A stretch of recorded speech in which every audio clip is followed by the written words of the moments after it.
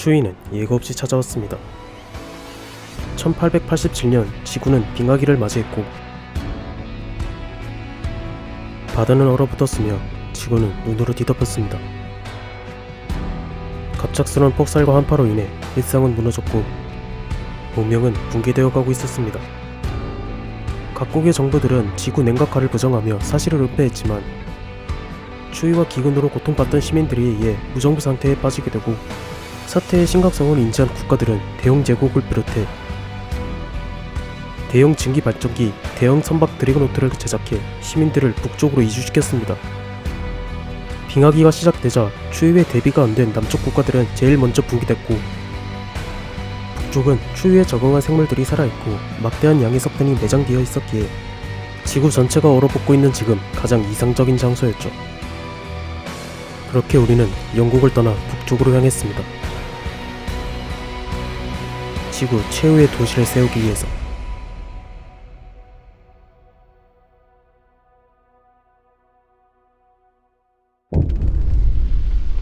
이동 중 눈보라를 만나 일행들은 흩어졌고 함께 온 일행의 생사는 알 수 없었지만 소수의 인원은 발전기까지 도달할 수 있었습니다.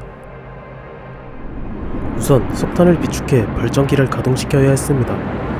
발전기는 도시에 전력을 공급하고 온도를 유지하는 도시의 심장과도 같았기 때문이죠. 연구소를 짓자 한 여성이 찾아와 흩어진 일행을 찾기 위한 정찰대를 자처했고 우리는 흩어진 가족을 찾기 위해 열기구를 건설해 연구 동토를 조사할 정찰대를 꾸렸습니다.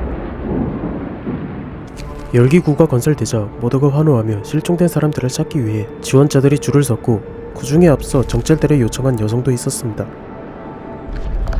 그렇게 정찰대는 흩어진 일행들을 찾아 도시까지 안전하게 호송했고 마침내 흩어졌던 일행은 다시 하나가 됩니다.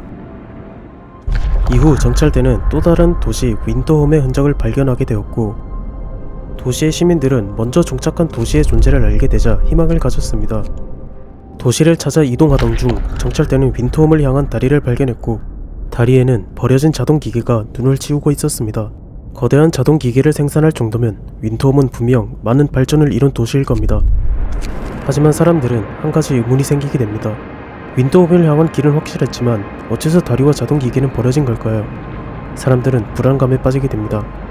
한편 천문대를 조사하던 또 다른 정찰대는 한 천문학자의 일기를 발견하게 됩니다. 일기 속 내용은 알 수 없는 기후변화로 인해 태양이 점점 어두워지고 있었다는 것이었죠. 윈터홈으로 가던 정찰대는 버려진 기성 광직소를 발견하게 됩니다. 그곳에서 발견한 기록물에 따르면 기후는 점점 악화될 것이라고 했고 정찰대는 곧바로 눈앞의 윈터홈으로 향했습니다. 정찰대의 보고를 받은 시민들의 불안감은 점점 커져만 갔죠. 마침내 정찰대는 윈터홈에 도달하게 됩니다. 여기엔 수많은 사람과 발전된 도시가 있어야 했지만 거리엔 시신이 가득했고 도시는 폐허가 되어 있었습니다. 도시는 혼란에 빠졌습니다. 사람들은 좌절했고 모든 희망을 잃었습니다.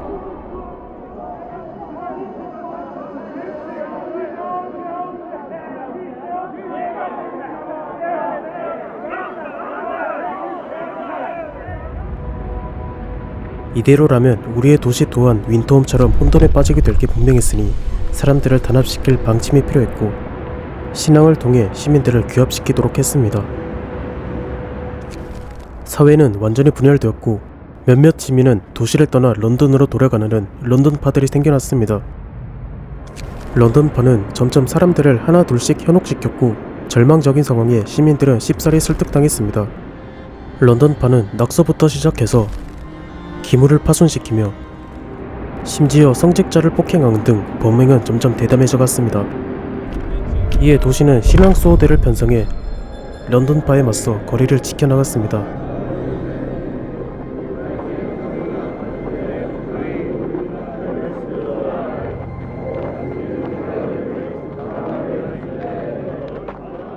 또한 기도원을 건설해 신앙을 부활시켰고 일부 런던파는 성전을 통해 마음을 바꾸면서 기도를 통해 사람들에게 다시 믿음을 주었습니다. 그리고 런던파의 악행에도 그들을 위해 기도했죠. 하지만 사건이 터지고 맙니다. 런던파는 런던으로 돌아가기 위해 도시의 식량과 자원을 빼돌렸고 도둑질을 조사하던 신앙수호대를 살해하기까지 이릅니다.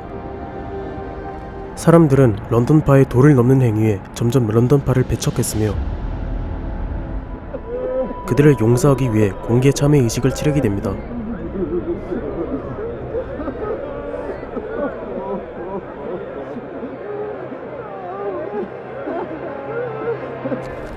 의식을 통해 런던파는 괘씸하여 하나둘 런던판을 떠난 끝에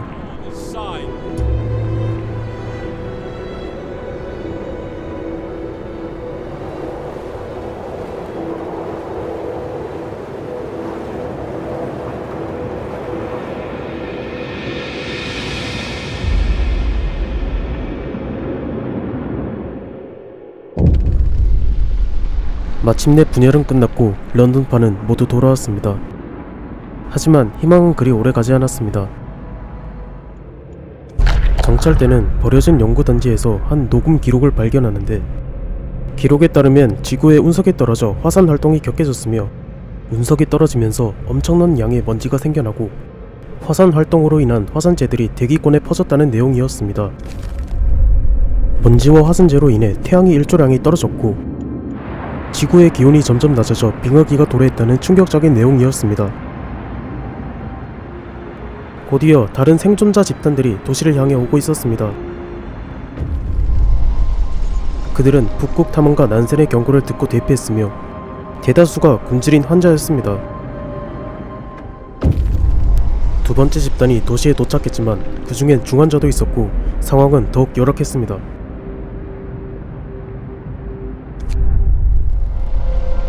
곧이어 마지막 집단이 도착했고 그들 모두가 죽기 직전까지 탈진한 상태였습니다. 이들을 내쫓는다면 영구 동토에서 차갑게 죽을 것이 분명했기 때문에 그들을 버릴 수는 없었습니다. 엄청난 환자와 피난민들을 수용한 결과 거주지와 병상은 부족했고 식량은 점점 고갈되어 갔습니다. 시민들의 반응은 차가웠습니다. 이후 피난민 집단의 리더인 난센의 관측소에 도착한 정찰대는 그가 남긴 기록을 보았습니다. 기록에는 전례 없는 재앙과도 같은 폭풍이 다가오고 있고 난센은 그 예측을 확인하기 위해 폭풍을 향해 떠난다고 적혀 있었습니다. 도시의 기술자들은 곧바로 양안식 만원경을 제작했지만 난센의 예측은 사실이었고 도시에 거대한 폭풍이 들이닥칠 것을 알게 되었습니다. 사람들은 폭풍의 공포에 잠겨 식량을 빼돌리기 시작했고 도시의 저정거를 습격하기도 했습니다.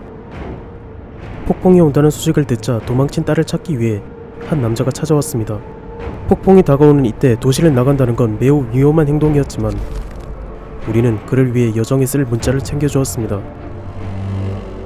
이후 도시엔 거대한 폭풍이 덮쳤고 남자는 돌아오지 않았습니다. 사냥꾼은 사냥을 할 수 없었으며 땅은 얼어붙어 식물은 자라지 못했습니다. 발전기의 원료인 석탄 광산은 차가운 공기에 의해 유압식 지지대가 얼어가기 시작했고 결국엔 광산마저 무너지고 말았습니다. 도시에는 엄청난 추위와 광풍이 불었고 시민들은 공포에 빠져 노동을 거부하기 시작했습니다.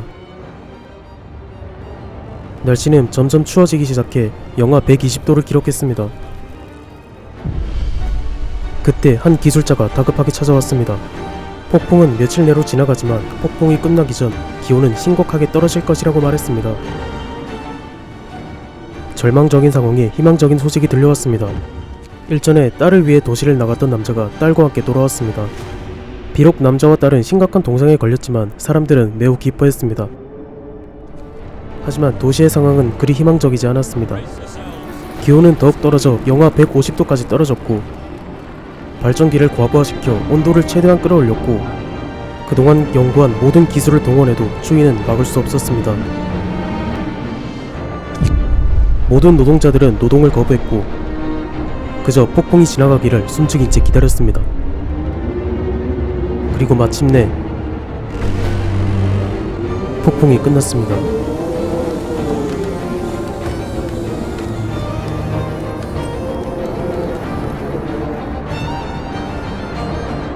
재앙과도 같은 재해를 견뎌내고 우리는 살아남았습니다.